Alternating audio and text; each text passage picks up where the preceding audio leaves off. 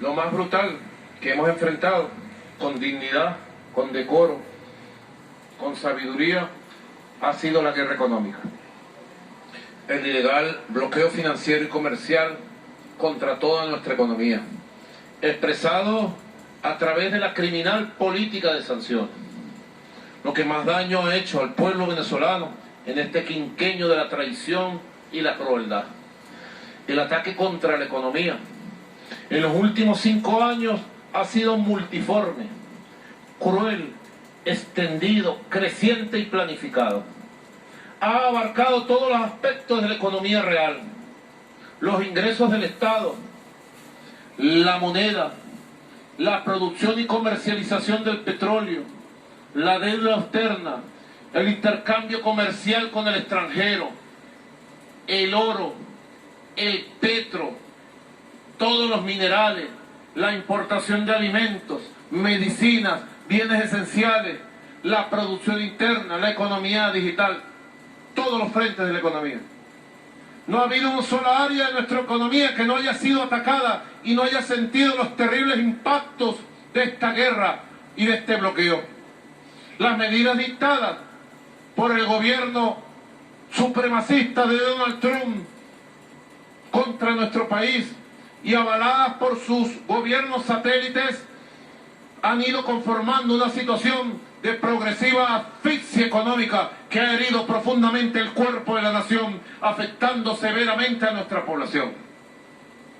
Para lograrlo, el imperialismo decidió atacar inicialmente las fuentes de financiamiento del país y en particular el financiamiento externo. En aquellos años, fue a partir sobre todo del año 2016, las acciones contra nuestro país estuvieron dirigidas hacia ese objetivo central: quitarle al Estado y al gobierno la capacidad de generar o acceder a recursos en divisas para sostener las políticas de protección social que se traducen en servicios públicos subsidiados, salarios dignos y el desarrollo en general de la sociedad. Esta situación contrastó claramente con el periodo inmediato anterior. Esto es importante para los comunicadores populares: el bachiller marginal Mario Silva, Ricardo González de Zurda Conducta, el poeta, escritor, coronista Earle Herrera, entre otros que puedo ver, doña Desiree Santos Amaral, que no la veo. ¿Estás parada? Sí, estás parada. ¿Estás de pie, Desiree? ¿Estás de pie? Bueno, todos los comunicadores, todos somos comunicadores, ¿verdad? Fue a partir del año 2016 que se incrementó las acciones para quitar al Estado y al gobierno la capacidad de generar o acceder a recursos en divisas. Esta situación contrastó claramente con el periodo inmediato anterior. Señor presidente de la Comisión de Economía y Finanzas, profesor Jesús Faría, de la clase obrera, marxista-leninista. Ahí está, pues. Entre 2007 y 2012, el sector público venezolano recibió flujos positivos de financiamiento, soportados por una economía sana, que demandaba recursos para invertir y proyectar su crecimiento, tal como lo demuestra la siguiente gráfica. La gráfica la vamos a proyectar en la televisión. En esta gráfica se ve el ingreso de el año 2007 hasta el 2012, 6 años, de la bicoca de 56.912 millones de dólares al flujo necesario de la economía venezolana. Y luego se ve 2013 al 2018 todo lo contrario. Esta relación se invierte dramáticamente a partir del 2013. Señores y señoras, diputados y diputadas de la Comisión de Economía, se cierran los flujos de financiamiento externo al país. Desde entonces, incluyendo la deuda comercial, mantenemos flujos negativos cercanos a los 6.000 millones de dólares en materia de financiamiento. Yo quiero reiterar en este tema de la economía la disposición total del gabinete, empezando por la vicepresidenta y ministra de Finanzas, para atender reuniones de trabajo, interpelaciones inmediatas de la Comisión de Economía, para que la Comisión de Economía asuma con plenitud las responsabilidades de las leyes que necesita Venezuela y las acciones para una recuperación económica sostenida, sostenible y la generación de fuentes de riqueza renovadas. Ratifico la disposición para reuniones inmediatas, consecutivas.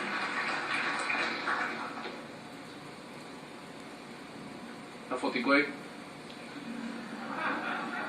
Maduro suda, sí. Maduro sufre. Está a punto de caer Maduro. Se cayó Maduro. No se puede ni secar. Y puede sacar la foto de la agencia Reuters, AP. Maduro sufre. Maduro suda. Bueno. Yo creo que la interacción del pensamiento económico diverso de la nación, lo digo porque recientemente me entrevisté con el ex candidato a diputado Díaz Blum. Tuve una reunión con Díaz Blum, jefe del Grupo Boston, heredero del Grupo Boston, y con el diputado Francisco Torrealba, segundo al mando del Grupo Boston. Y estuvimos revisando el trabajo que el Grupo Boston ha hecho, es extraordinario. Ustedes saben que yo pertenecía al Grupo Boston como diputado y fui múltiples veces a Washington, a Boston, a Tucson. Conozco muy bien los Estados Unidos. Yo respeto y quiero mucho, mucho a los Estados Unidos, a su cultura, a su pueblo. Y recientemente nos entrevistamos, porque ellos tienen buenos planes de diálogo sobre distintos temas. Y ese Grupo Boston ha avanzado de manera increíble en la conjunción de opiniones encontradas y diversas en el campo de las finanzas públicas, de los cambios de la industria petrolera, del nuevo sistema impositivo y de la economía en general. Y me parecía extraordinario que a través de un debate con la participación incluyente de todos los sectores del pensamiento económico, nosotros podamos, señora vicepresidenta, ministro Tarek, nosotros podamos contrastar nuestras políticas, podamos contrastar la realidad venezolana, podamos contrastar los proyectos hacia el futuro y poder hacer grandes consensos para la recuperación sostenible de la economía venezolana. Yo creo que ese es el camino y así lo pido a esta Asamblea Nacional. A partir de entonces, 2013, se inicia la política de aplicación de las llamadas medidas coercitivas unilaterales, denominadas como sanciones.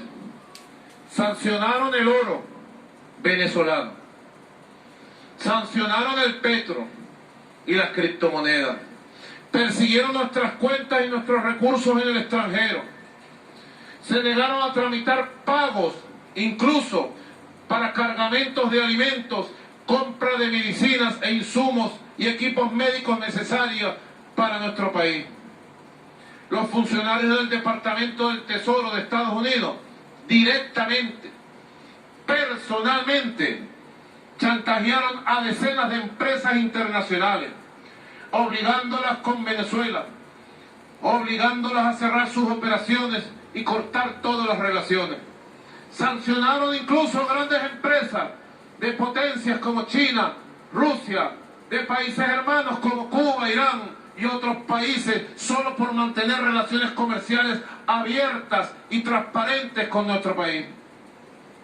Esa política de agresión contra nuestro país, que las Naciones Unidas califican de ilegales, extraterritoriales e inhumanas a niveles nunca antes vistos, escaló fue a partir del 2017, bajo la llamada política de máxima presión, diseñada por los halcones criminales John Bolton y Helio Abrams, y alimentada por la ambición de Donald Trump de ponerle las manos y apropiarse de las riquezas de Venezuela.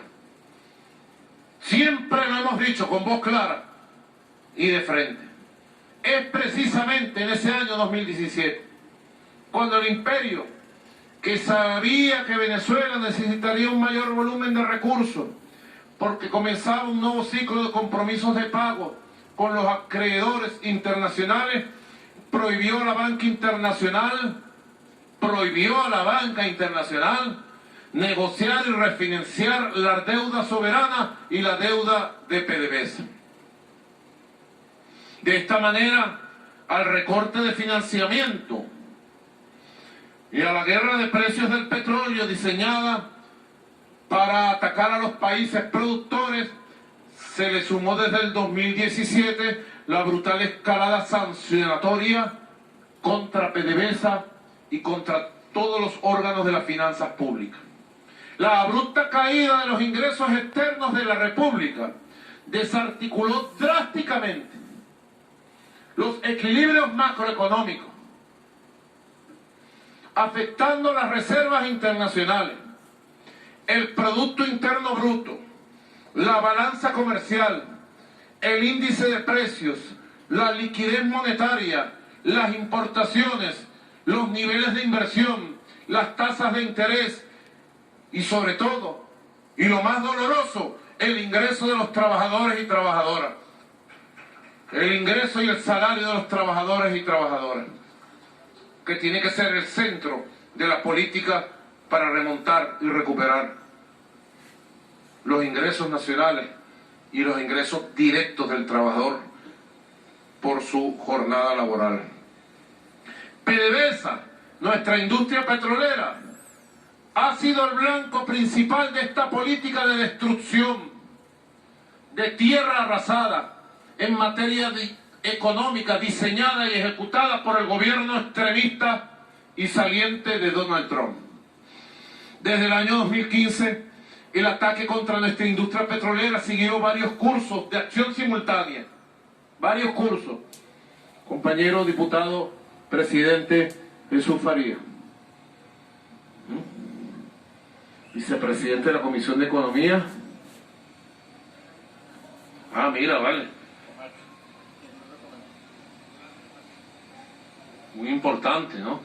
Vicepresidente de la Comisión de Economía, Orlando Camacho, presidente de Fedindustria, un hombre de la industria, de la empresa privada, que conoce la pequeña, mediana industria y conoce los fenómenos que van surgiendo.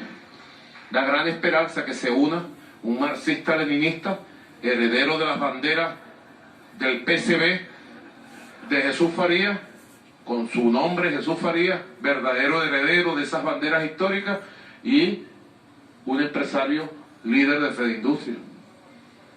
Buena junta.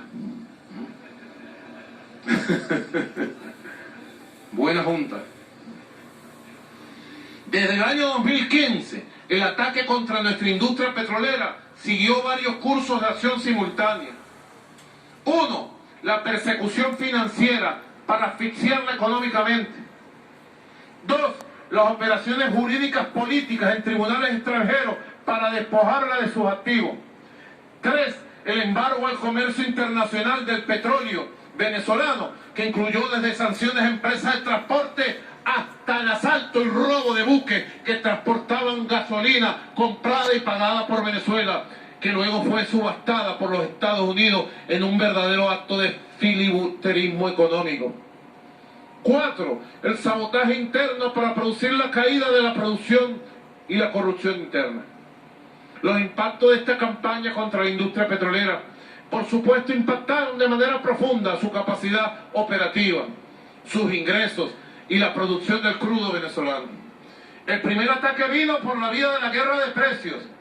A partir de 2015, el desmoronamiento de los precios, parte de una estrategia imperial que fue derrotada gracias a la voluntad política de los países OPEC y no OPEC, donde Venezuela modestamente, lo digo, jugó un papel fundamental junto a nuestros hermanos del OPEC, junto a Rusia, nuestra hermana no OPEC, junto a Arabia Saudita, junto a Irán, junto a todos nuestros socios, OPEC y no OPEC. Pero luego, cuando los precios mostraron una relativa recuperación, se pasó entonces a una fase superior. El bloqueo de la economía venezolana de manera directa y el embargo petrolero total a PDVSA. Es la fase más brutal, más salvaje, más inhumana de este quinquenio de la traición y la crueldad, porque se hizo en plena conciencia del profundo daño que esto causaría a la economía de todos los venezolanos y el profundo daño que causaría a la economía de la familia y de los trabajadores y trabajadoras de Venezuela. De esta forma, las órdenes ejecutivas del gobierno extremista, ya de salida de Donald Trump, impidieron que PDVSA lograse financiarse en los mercados internacionales. Mermó su capacidad de inversión y de producción, afectando los planes de inversión y mantenimiento en una industria como el petróleo, cuyo rasgo principal es el uso intensivo de capital. Entre el 2014 y el 2019, Jesús Faría, la producción petrolera de Venezuela cayó el 69%, precisamente a la imposibilidad de la industria de disponer de recursos para sus planes de producción y mantenimiento de sus operaciones, y al bloqueo de la venta del petróleo venezolano. Además, cierras el chorro de financiamiento, prohíbes el financiamiento. Venezuela tiene capacidad de seguir produciendo y lo que produce no lo puedes colocar. Duramos 13 meses sin vender una gota de petróleo al mundo. Para aquellos que se la dan de críticos, criticistas, desde la izquierda trasnochada y desde la derecha trumpista,